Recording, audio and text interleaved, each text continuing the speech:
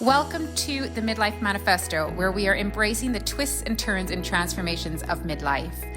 I am Arleen Scholten, your host and fellow traveler on this crazy journey. So if you're looking to reinvent yourself, rediscover your passions, or just make sense of this beautifully messy phase of your life, you're in the right place. I will be interviewing experts on a number of different topics, anything midlife, whether it be your health, wellness, perimenopause, relationships, rediscovering yourself, new adventures, career shifts, raising teenagers, you name it. We're going to discuss it all right here. So grab your favorite drink, settle in, and let's get real about midlife, because it's more than a phase. It's our time to thrive. We can do this together, so join me on my journey. It's crazy, but let's make it some fun. Hi, everyone, and welcome to my second episode of the Midlife Manifesto. Tagline is Redefining Aging. And today I'm really excited to have Orla Rhodes here from Coppergate Clinic in York. So Orla is a clinic director at Coppergate, and she runs it with her husband, who is a cosmetic surgeon, and that's Dr. Nick Rhodes. So welcome to the podcast. Thank you for having me. So there's lots to dive into today. First of all, I wanted to just ask, obviously I know it's your husband who is the surgeon at the clinic, and I've met him, and I'll discuss a little bit today how he helped me. But what got you into this industry? Well, I originally was a dentist, and I worked in the NHS for about 16 years, and then I became a private dentist and specialised in cosmetic dentistry. So I was always naturally drawn to the aesthetic side of things. Okay. I then think that because Nick was a plastic surgeon, we always thought about sort of joining forces to sort of have a holistic approach to beauty and dental work, see if we could sort of have a clinic of our own, and that all naturally evolved then in the Coppergate clinic. However, what I did realize is I didn't want to hear the sound of drills in my clinic. It's quite a grating noise. I also realized that to be really good at one thing, you've got to stick to one thing, and I couldn't be the business director and a dentist at the same time. So we basically just went down the plastic surgery and aesthetic beauty therapy route. Interesting. So when you say holistic approach, I guess some people would question, because of a lot of it's cosmetic surgery, isn't it? So how would you? Sorry, carry on, Arleen. No, it's an interesting topic because I know very little about it. But when you said the word holistic, I guess to me naturally, I thought, like, I've had a little bit of work done. I've had a bit of Botox sprinkled in my forehead, probably 3-4 times a year. I wouldn't classify that as holistic, but would you? Like, how do you see this as holistic, I guess? Well, I suppose holistic in the true sense of the word is whole. So we consider patients come in and we immediately invite them to have surgery. We start basically with their skincare routine and their diet and their health. Their medical history is really important. And some people come in and they want to have surgery, but we say, look, you're not suitable. But what you could do is maybe have some deep cleansing facials, because we have that here. So we're not just about surgery. So we have patients that come on a weekly or monthly basis to have hydrofacials or skin store facials, or have peels, or have a bit of laser hair removal. And then we have our DermaQuest and Obagi regimes that people can have prescribed or buy over the counter, just to maintain really good skin quality. And of course, number one, SPF 50. I think growing up in the 70s, when you never used sun cream or sunscreen of any sort, it's bizarre now to even consider putting your face in the sun. So we're really big proponents, not just from an aging perspective, but also from a melanoma perspective, about protecting your skin. So from that perspective, it's about the sort of looking after your skin, looking after yourself. And then as part of that, some people say, well, my skin is looking much better, but I don't like my eyelids, or, I really hate my neck. All I ever look at when I see myself in the mirror is my neck, which of course most people look at their worst feature, whereas when other people see you, they just see you as a whole. But it really does bother some people to the extent that surgery is the only thing that will help. Yeah. But again, that's not something that we would advocate without doing some thorough psychological research and make sure that, there's no dysmorphic issues, and that there is a genuine reason why the patient feels that way. And also, I think good rule of thumb with our surgeons here is, if it's not going to benefit the patient, don't do it. Yeah. I just thought it was really interesting the way you talk about holistic, because a lot of people wouldn't think it would be, but I guess I've looked at your website. I've had things done. Like I've had the micro needling, Mhm. which it is quite holistic because you're actually just using a needle thing, aren't you? And then you're just stimulating collagen production. And I Yes. actually had quite bad skin in my early 20s.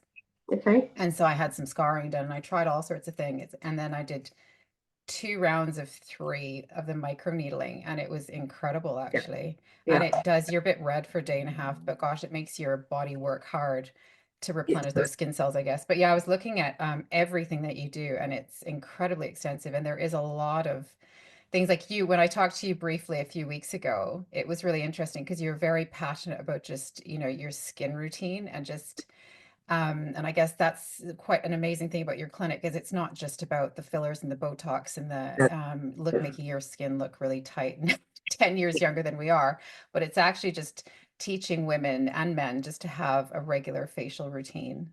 Yes. So aside from the SPF 50, are there, like, what would you say are I guess the most holistic, before we get into more of the cosmetic stuff, but what do you think are the most important things for routine? Just for kind of your average midlife woman, obviously you're starting to see a few more wrinkles. Mhm. Things are starting to sag a little bit.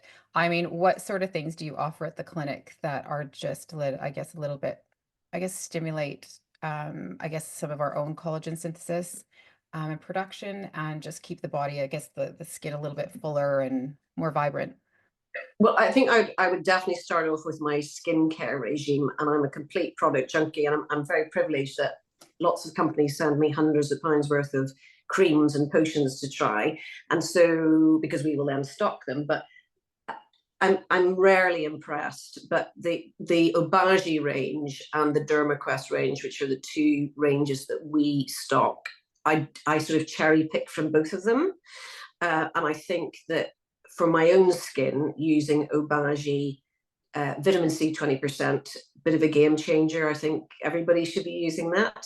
I think using an eye specific eye cream, I use the DermaQuest 3D Stem Cell Eye Lift. I use that twice a day. Everybody at the clinic uses it. Really? So, so it's tried and tested, and you can see visible results. So, yeah, so skincare wise. And then also, as we get older, so I don't use the same moisturizer on my face as I do on my neck and décolletage, because this skin in this area needs to have a much richer moisturizer. Whereas if you put that in your eyes would swell up. So I kind of use a different moisturizer for my neck, my décolletage, a different moisturizer for my eyes, and a different moisturizer for my face. So I That's think for interesting. me, and then of course my SPF 50, but for me, that sort of keeps my skin looking very good. But then to boost my skin, microneedling, yes, fantastic. But we've now, which 2 weeks ago, I had a CO2 laser fractional resurfacing. I saw that on your website. I was going to ask you what on earth That, that is. yeah, was day one. I was lulled into a bit of a false sense of security. I was a bit like, yeah, I don't get what the big deal is here. I look a little bit red. Day two, I looked like a beach ball / bow bun that had been sunburnt. My eyes were like little slits. And I was thinking, what have I done? I'm now 2 weeks post-op, and I've just come to work today for the first time in 2 weeks, as I squirreled myself away. And everybody's like, oh my God, I forgot you had that done. Your skin looks amazing. And I can tell it looks amazing. And that sort of resurfaces the upper layers of your skin, but it also gives you a big kick in terms of your collagen synthesis and elastin synthesis. Because as we get older, as well as our fat sort of diminishing and everything sagging a bit, our cell turnover really slows down. Yeah. So the microneedling and fractional lasers, things like that, sort of give it your deeper layers of your skin a little bit of a kick and say, come on, wake up. And you get a little bit of an increased production, which makes your skin look better.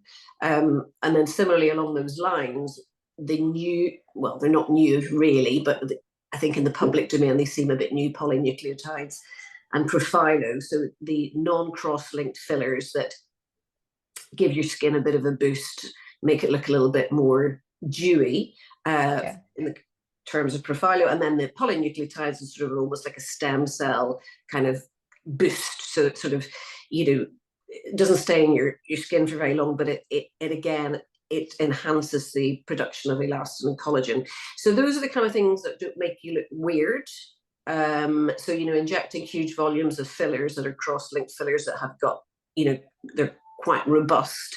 I think people are coming away from that now because the problems that are incurred down the line with drifting, migration.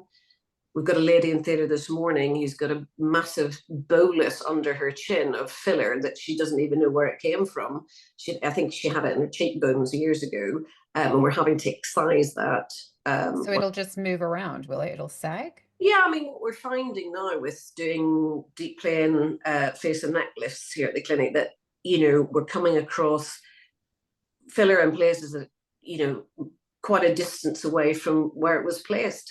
And I think also that misperception that when you have filler, you might get 6 months to 18 months out of it, and then you need to have some more.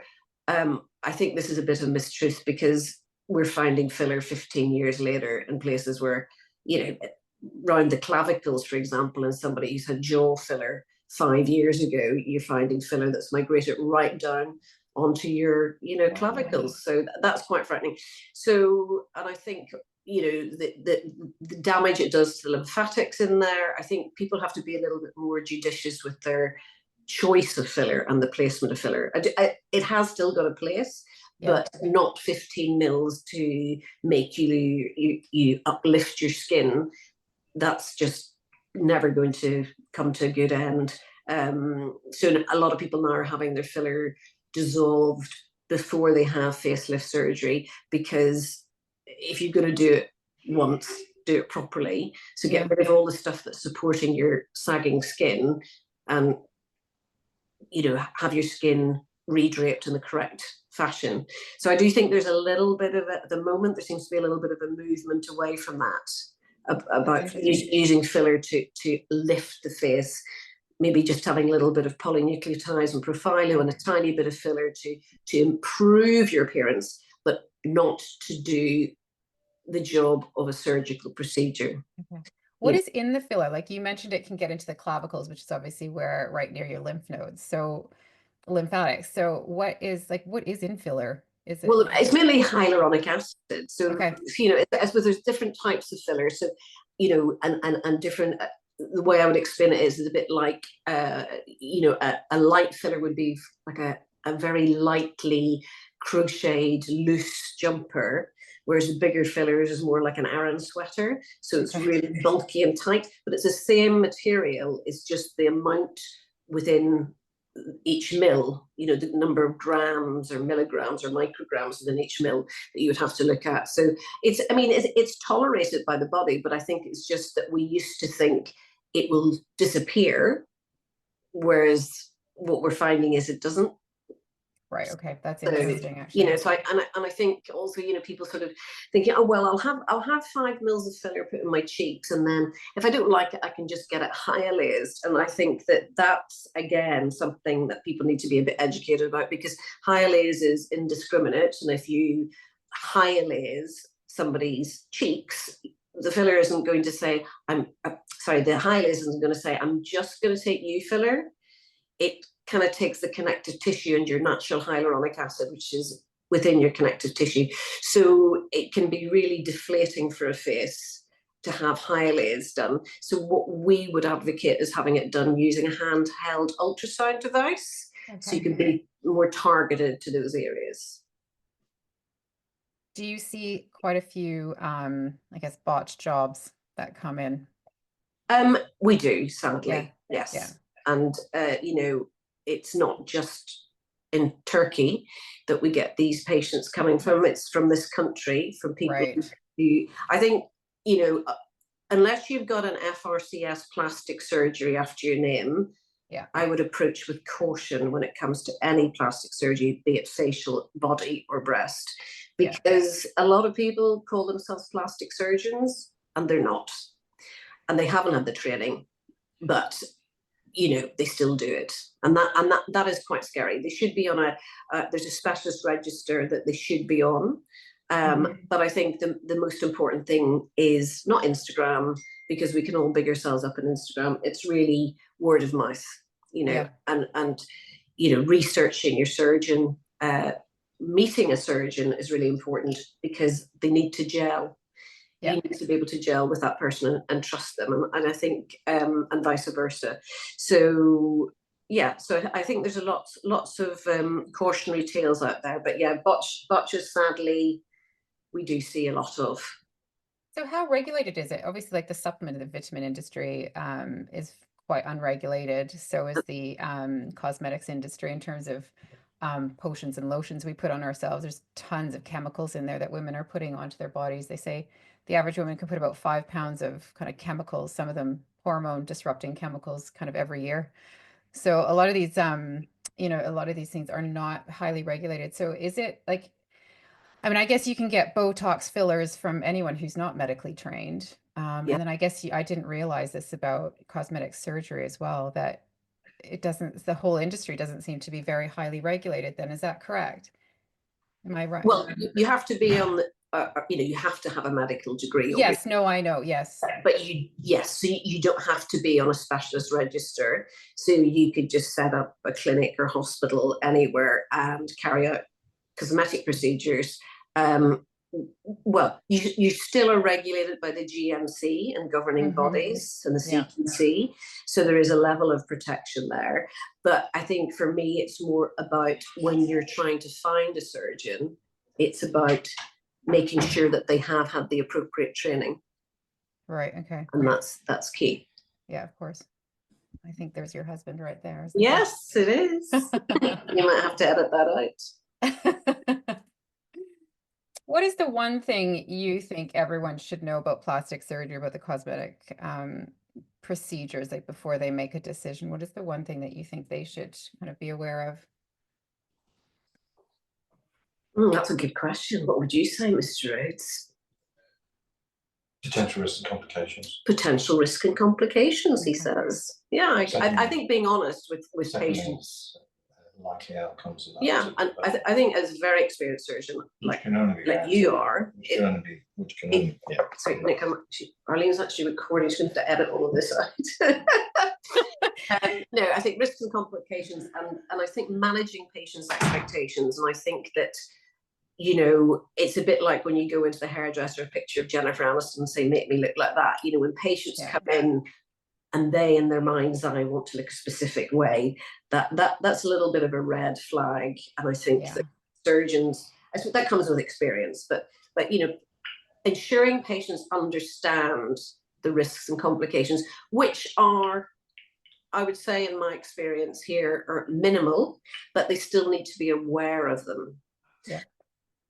And I think they also need to read the information that they have received. We're all a bit lazy, aren't we, when it comes to almost reading terms and conditions? But there's a lot of stuff that's really important to read, and and understanding what can be achieved, I think, is really important, and what can't be achieved.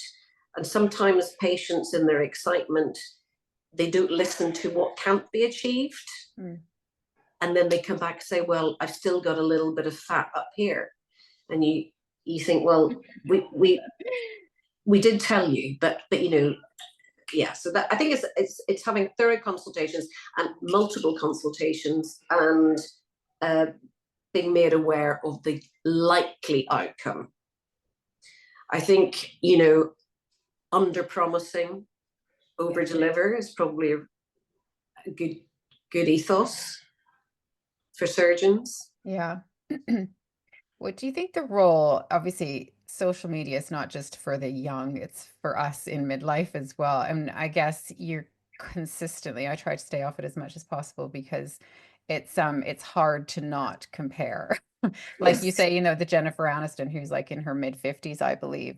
I mean, it's what role do you think this social media has? I mean, in terms of women trying to be perfect, look perfect, we're spinning so many plates now. Women want good careers. We want, we also, want a family and everything, and look good and stay healthy. But Do you think social media is having I guess, I've been most likely a negative impact on women's self-esteem, or how do you? Absolutely. I mean, gosh, I totally agree with you, Arlene, that when you go down your rabbit hole of Instagram and you look at, Elle McPherson and all of these sort of 50, 60-year-old women who look absolutely incredible, it does make you feel you need to try harder. But, there's so many filters in these things. And I love it on Instagram when you see the unfiltered photos. Yes. And you think this is normal. This woman has normal skin. She has got wrinkles around her eyes, which are lovely. And I read an article at the weekend with, do you remember Ingrid Bergman's daughter, Isabella Rossellini, the wonderful Italian actress? And she was dropped by Lancôme when she was in her 40s because she was unrelatable, because she was too old. Oh, and then, wow. Yeah. And then they came back to her sort of 20 years later thinking, actually, maybe you are the kind of person that we want to appeal to. But she said, nobody tells you about the lightness that comes with getting old. And that really resonated with me, because you don't have to prove yourself anymore. You don't have to, find your dream career. You're kind of over that. You've had your kids. You're sort of back to just being you. And there is a lightness in that. But if you've always been the person who's looked after themselves, you will continue to look after yourself. But you don't have to go to those extreme measures to achieve that Instagram worthy complexion, which doesn't exist. No, it doesn't matter how hard you try or how much money you throw at it. We're still going to age, aren't we? We're still going to, we should look, that we're older, and I think that's lovely. But we have to, for me, it's just about looking like a good version of my younger self. Yeah, it's like, because we talk a lot about hormones, and I always say we should have age-appropriate hormones. You don't want too many for your age. You don't want too little for your age, but they should be age-appropriate. And I guess it's the same thing. We should have age-appropriate skin.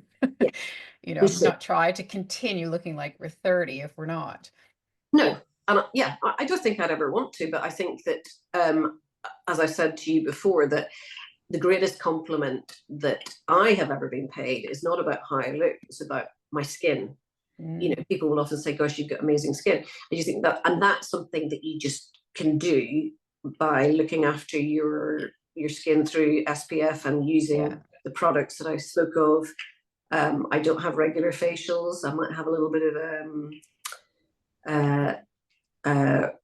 dermaplaning occasionally to defluff my face. And that's it. And I think, but I think it's each to their own. I think some people aren't bothered remotely, and other people, are quite fixated about what they look like. So I think I am very much each to their own. I don't judge anybody. No, and I don't think we should. 10, 15 years ago, I thought, we should just age naturally and accept it. But I have a sprinkle of Botox in my forehead. And, your husband, I had probably inherited from my mom, but my eyelids a few years ago, I was in my early 40s, actually, they were dropping and sagging, and I had to keep, it was quite heavy. And so I came in to see your husband, Dr. Nick Rhodes, and he kind of drew me a picture and explained everything to me. But it was brilliant, actually. And it was just, I don't know what he did, took some skin or fat out. But I've not had any problems with it. But my eyes were getting all itchy and things like that. So it wasn't just aesthetic. It was really irritating. And it's been brilliant. And for a lot of ladies, it's actually, affects their vision. So when that upper lid starts coming over your eyelash line, and you're having to tilt your head back to read, that is kind of, it really helps, not just from an aesthetic perspective, but in terms of sort of being able to read without, tipping your head back. It's quite handy. So I mean, and I think blepharoplasty is probably the most popular procedure here, because it's quick, it's under local anesthetic, it's relatively inexpensive, and it just can be a huge change for people. A lot of people will come in their 40s and 50s and say, I'm sick of people saying to me I look tired. I'm not tired, and I'm not grumpy, and I'm not miserable. My eyelids are just over my eyes, and I'm trying to pull my head up. And then they have it done, and nobody knows what they've had done. They just say, you look really well. Or you well rested, or have you been on holiday? And that's really nice. And that little thing, I mean, it might seem like a big thing for a lot of people, but for us, it's sort of like a relatively small procedure here. It makes such a difference to so many people. I didn't realize it was that popular. I thought, what on earth? It was really, because I was in my early 40s and I was like, Jesus, why is everything sagging so? Yeah, but starting with my eyelids. You hit the nail on the head. It's it is genetic predisposition. So it happens whether you like it or not. If it's usually the father it comes from, we've decided. Okay, thanks, Dad. You said your mom though, didn't you? My mom had it, but she didn't either. I can't remember how old she was. I think she was in her 60s actually when she had hers done, but interesting. One of my patients actually came in and she had polynucleotide done. Yes. And she came to your clinic actually, and she was she couldn't believe it. I think she had it for her neck. Yeah. But she said, yeah, and I guess it's just these little things, like I would have never noticed it, but it just, I guess her confidence, she was just like, I just feel so much better about myself. And I guess that's where cosmetic surgery comes in. It's like, you want to feel good about yourself. And if there are like these little things that we can do, but can you, like she said, it was remarkable change very, very quickly. Yes. Can you explain it a little bit, what it is, the polynucleotide skin rejuvenation, I think you have it on your website as? Yeah, so the polynucleotides, that's sort of a stem cell that supposedly, purportedly, stimulates your own cells to produce more collagen and elastin. So you get so it improves skin quality. And I agree, I've had it done on my neck, that exact area, because this is an area just under your chin where you can show early signs of aging. And it really makes your skin feel a lot softer and nourished, I suppose, for want of a better word. So yes, but we use it all over the face as well. It usually takes 2 or 3 treatments. Right. And we do a lot of it under the eyes, because again, that's another genetic thing. Young girls who have got hollowing under their eyes, and it really, really affects them in terms of their confidence. So it's a good treatment for there. It's gaining popularity, I have to say. But again, a lot of these treatments are adjunctive. So you might do, well, we tend to here do sort of a bespoke package. So you come in and we say, well, look, these are your problems. This is what we would suggest. And you can, patients, we don't tell them what to do. They can cherry pick what they want. But we just give them the advice. So often it's sort of a mixture of things. So, as you say, maybe have some microneedling, maybe have a bit of polynucleotides, maybe have some Profilo if you've got a special occasion coming up. So we just sort of tailor the treatment to the patient's needs. Right. It was really interesting because when I talked to you, you were so passionate about skin health. And then when you said earlier, you said, age appropriate skin. And then you also said something about nutrition and things like that as well. So it's not just what we put on our bodies. And I think sometimes women will, they'll put all this stuff. And like you say, a lot of it isn't actually regulated. A lot of it doesn't actually do what it says on the tin. But yeah, it's just interesting. You talk a lot about nutrition and kind of that wellness, kind of that more holistic approach to skincare. Well, when you're talking about Instagram and about sort of trying to achieve unachievable goals because of filters that they put in photographs, again, there's a huge number of advertisements on Instagram. For eyelids, for example, you can get these little strips to lift your eyelids up, and you can get these huge strips to give yourself a thigh lift and an arm lift. And then you can use these little ampules of serum that apparently are equivalent to having a facelift. And you just think, well, none of that is true. But if everybody watching that just bought one, purchase of each item, then they figure out it doesn't work. But the people that are sort of selling this snake oil have made a load of money off the backs of women who just want to improve things. So I think that's something I don't like about Instagram, the unregulation of that. Yeah. And this, you can be perfect if you do put some tape on your thighs. Yeah. Where do you think this industry is going in the next 10, 20 years? Where can you see it? Because there's so many advances in everything right now, which is brilliant. Yeah. personally, I would like to see more regulation for injectables, and I don't think you should be allowed to inject somebody's nose, for example, with a liquid rhinoplasty when you've been in a 2-day course and you've no medical or nursing or dental qualifications. I think that's, these are the kind of things that our surgeons would approach with extreme caution because they're very aware of the anatomy of, for example, a nose. Whereas, if you don't know much about it, you can be a bit gung-ho, but people don't realize the extreme risks associated with, for example, liquid rhinoplasty, for example, blindness, and similarly with lip fillers, having lip necrosis and your lip falling off because a vessel's been occluded, and those are the kind of things that people aren't aware of the risks of. And I think that if you haven't had a proper formal education in anatomy, you can be a little bit foolish with your placement of fillers because you just don't know what you're doing. So, and I think I would like to very much see the government taking steps to regulate the industry and allowing only people who have formal anatomy training to be undertaking those kind of procedures. Because isn't it true you can do a very short course and be doing you can do 2 days. Yeah, you can do a weekend. Yeah. That's incredible. It's scary. Yeah, because the woman who does my sprinkling of Botox, she's a medical doctor. Not that you have to be a medical doctor necessarily to do that, but you don't. But I suppose the thing about Botox is it wears off. Yeah.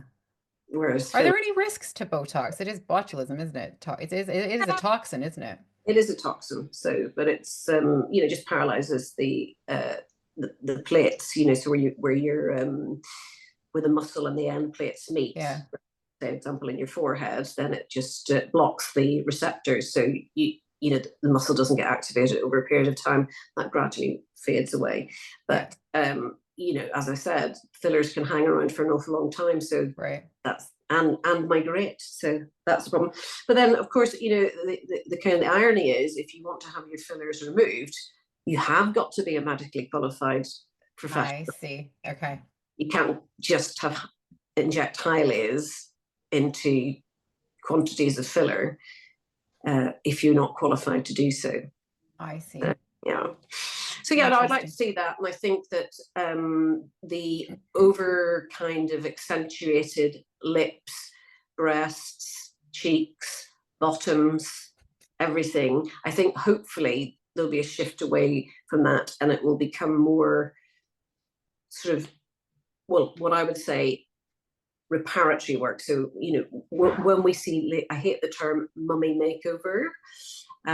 You see a lot of that, actually. Yeah, but what pregnancy can do in breastfeeding to some people snap back and they're very lucky, but a lot of most people, they have some residual laxity in their abdominal wall, or their breasts, or drooping of their breasts, or emptiness of their upper pole.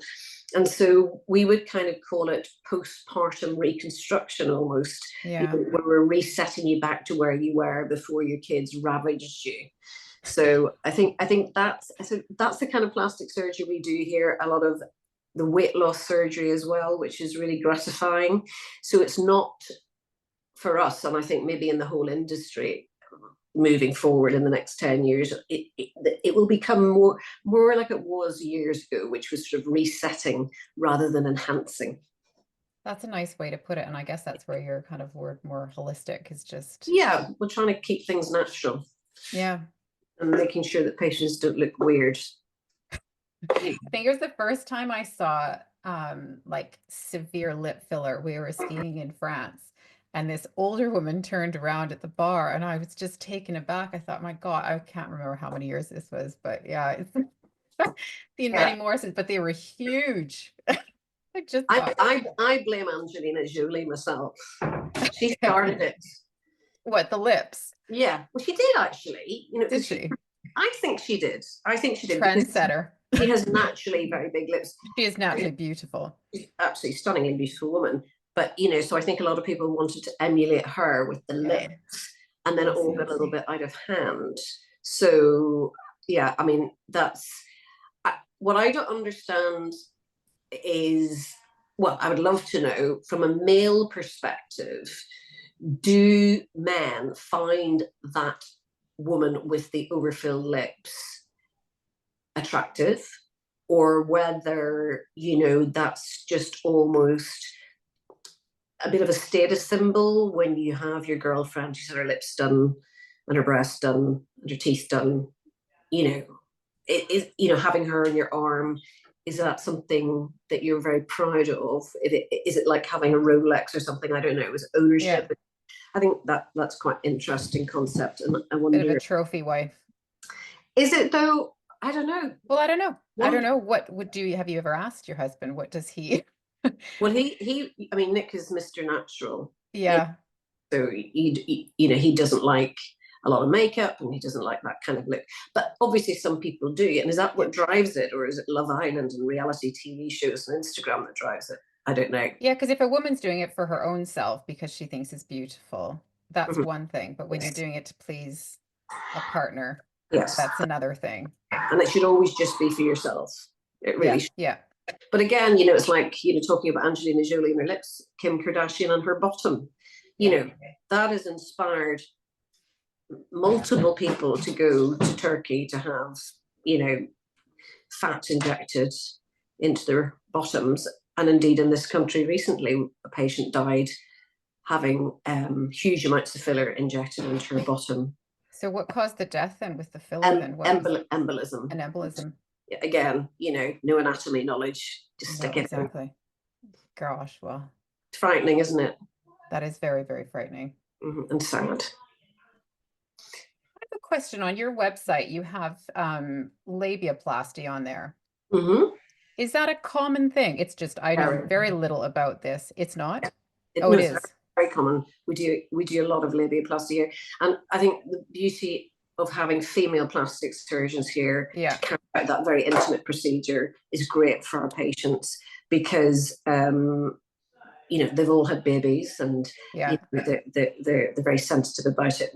We treat that particular procedure with an incredible degree of respect for the patient and minimum number of people in theatre.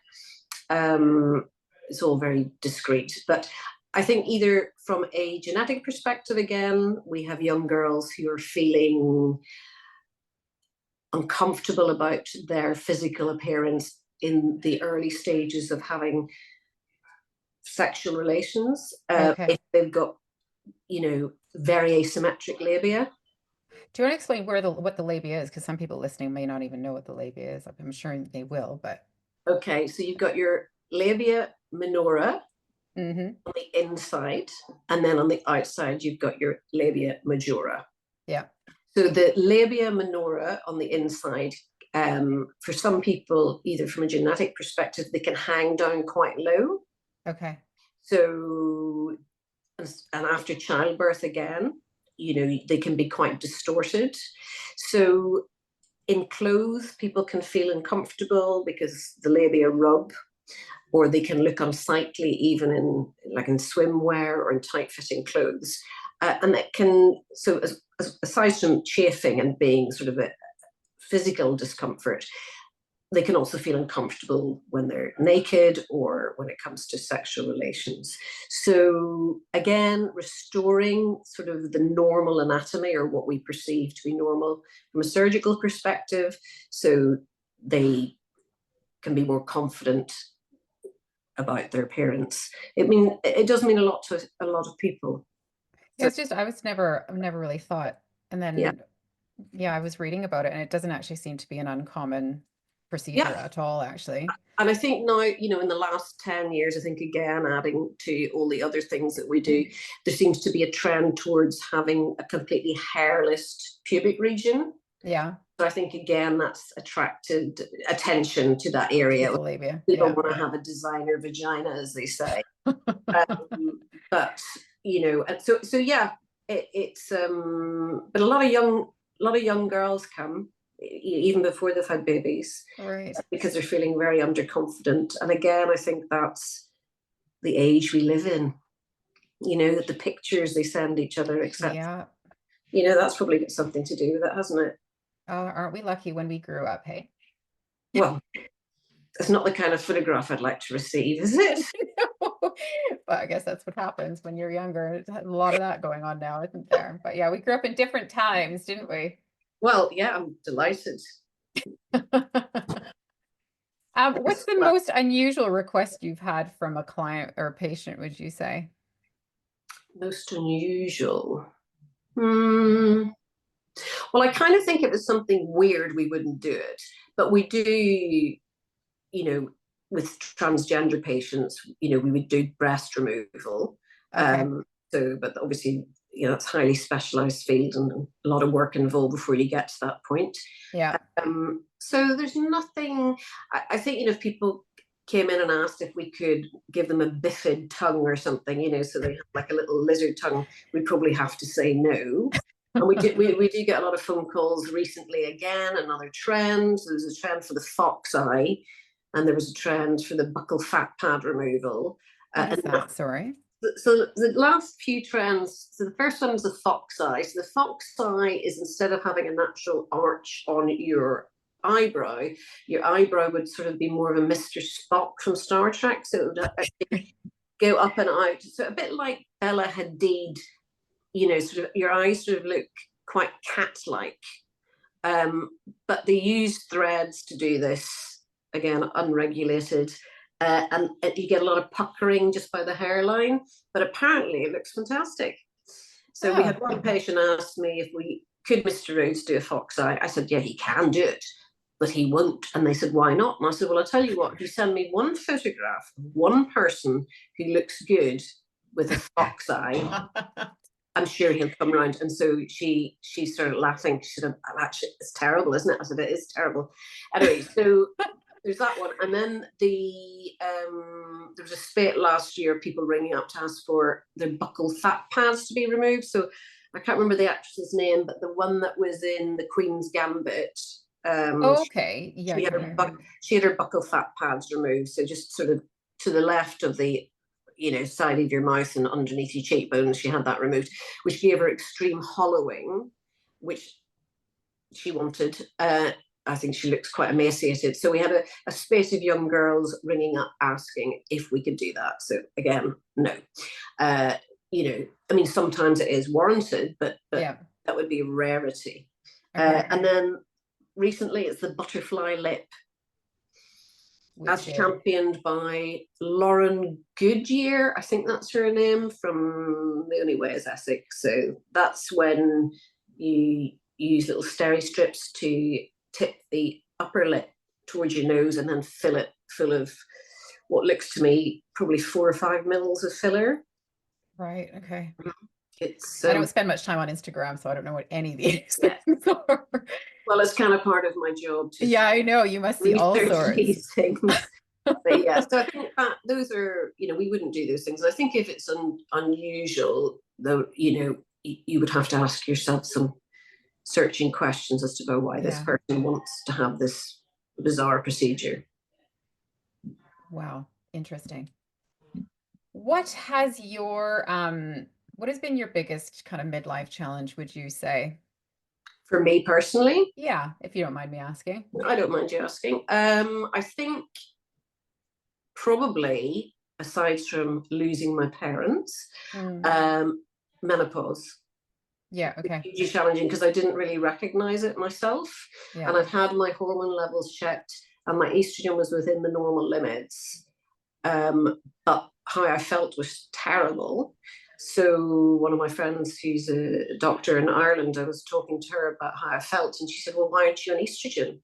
And I said, well, my estrogen levels are fine. And she said, but not for you, they're not. How do you know what test did you have? Do you mind, which test did you have done? I had a blood test. Oh, okay. Yeah. So anyway, I started estrogen gel. I think there was a lot of bad press around estrogen a few years ago because there's terrible bad. Well, they pulled HRT, didn't they? Suddenly which after is one terrible. test. So, but that was systemic oral estrogen, not gel. And the gel has got a really good safety record. So that was transformative, I have to say. I'm gonna let the dog out. Sorry. You okay? How did that go? Good. Knew that was coming. Okay. So, yeah, no, as I said, that was transformative for me. So, yeah, so I think that was quite challenging. And then more laterally, all 4 children leaving home.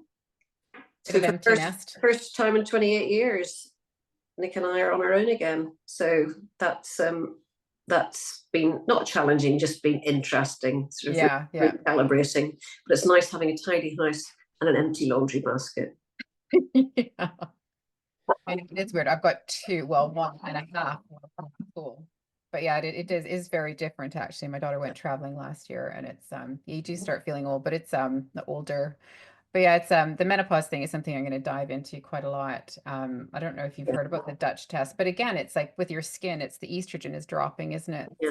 Start seeing lots of changes in there. Yeah, we do go through the ringer a bit, don't we? We do. I was at a conference a few years ago, actually, and one of the chiropractors is really big into hormones and nutrition and everything. And yeah, she started talking, and I think I was in my late 30s, and I kind of just didn't listen at all. And now I wish I would have, because it's all that prep getting into that perimenopause. And I guess that's why, you know, even with, I hope younger people listen to this podcast too, because if you start taking really good care of yourself in your 30s, then you're going into that midlife with healthy skin, you know, fit, healthy, vibrant, and, you know, but a lot of women are trying to spin all these plates that by the time they hit perimenopause, they're such a mess anyway. Yeah. Well, you've got to prioritize, don't you? So, you know, as you say, you know, working, having kids, running a house, all those things, you know, you tend to come at the very bottom of the list. Yeah, 100%. It's only really, I suppose, when the kids get older, doing simple things, which I know sounds really middle-aged, but, you know, going to have your hair blow dried on a Friday was my biggest treat of the week. And it's bonkers. And, you know, and it sort of feeds into what we were talking about. How do you feel about yourself? Because for me, because normally when I don't go to the hairdresser, I look a bit like Robert Plant from Led Zeppelin. I don't think you will. I do. It's a Brillo pad on my head. So, but when I go to the hairdressers, I just feel great then. And I know that sounds really shallow, but it makes me feel really happy. So I kind of think, again, let everyone just be themselves. If that gives me joy, you know, a bit like buying yourself some flowers makes you feel great, you know. I think women should do that more often, actually, is buy themselves flowers. Self-love. Who are those for? They're for me. That's what Miley Cyrus said. Oh, is it? Yeah, she dedicated a whole song to it. Yeah. Yeah, I think it's important. I tell my patients too, you know, when you get on the plane, if you do a long haul, you put your own oxygen mask on first, don't you? So you do. You do. You know, you have to look after yourself. But I do think that, you know, life is crazy when you work, you've got kids and everything. So you know, it's just snatching those little moments when you can. But I do think modern, would I consider myself a modern day woman? A little bit, but I think nowadays, you know, my eldest daughter's 28, you know, she's really into self-care. Yeah. You know, and my sons are into their self-care, you know. I never went to the gym in my life, you know, and they're very regimented about their diet, about their exercise, about their work-life balance. You know, work-life balance never came into my vocabulary. Just, you know, you just did what you had to do. Whereas now they're, you know, well, I'm not going to do that because that's my time for me. I guess nobody ever talked about mental health though when we were younger though, did they? I mean, nobody I knew was ever on an antidepressant. We didn't talk about anxiety when I was in university, or even, you know, in my late 20s, you didn't really hear about it. No. I remember my first patient, I was in my mid-20s actually, and he was on stress leave. I thought, what's that? You know, I didn't really. What's a nervous breakdown? Yeah, exactly. So I think our kids, my eldest is 19. I think they are more aware of their mental health. And also they're growing up with social media. But it's interesting, like, apparently in London, like, running is the new dating app. You know, everyone's running now. Yeah, apparently everyone's running. And that's how they're meeting. So but it's interesting about the self-care coming from a younger age. But that's also going to be a reflection on you and Nick as well, isn't it? Because I mean, you both take care of yourself, you're both healthy. And obviously you've raised these 4 kids together, so they will have seen how you've lived as well. So I don't know if it's necessary just the environment, but also the parenting and seeing, you know, 2 parents taking care of themselves, and you know, a mother having a career, and that's perhaps. So you can give yourself some credit there. I'm sure. Very much. So where do you see the clinic going next? Well, at the moment, we're sort of, the clinic in its current format has only been in existence for 3 and a bit years. So Right. in terms of how it's grown and nationally, sort of how well known it is, we're very proud of that. But, it's not just Nick and I, there's a huge team behind us have created this. And now we have, there's 9 surgeons here. We're very privileged to be asked by the British Association of Aesthetic Plastic Surgeons to mentor newly qualified consultants, which is a huge accolade. Yeah. They come here and they spend 3 months with us learning, private practice, which is very different to NHS practice. Yeah. So that's really good. And I think so as Nick has sort of nurtured the younger surgeons, well, I say young, I mean, they're all in their 40s, but they're young to us. So, so it's great camaraderie, very much a collaborative thing. And I think as they become more established, we will probably expand. We're probably going to need another theatre. And and it's exciting. We've got another exciting. Probably 5 years to run, and then we'll see. But I suspect that the young guys, the young 40-year-olds, they will probably take the business over from us and then develop it further. There's lots of things that can be done. But it's that's really exciting. Lovely working here. Well, I can only say good things. I've been there a few times, and thank you very my much. eyelids and everything, and Which you're looking great. Oh, thanks.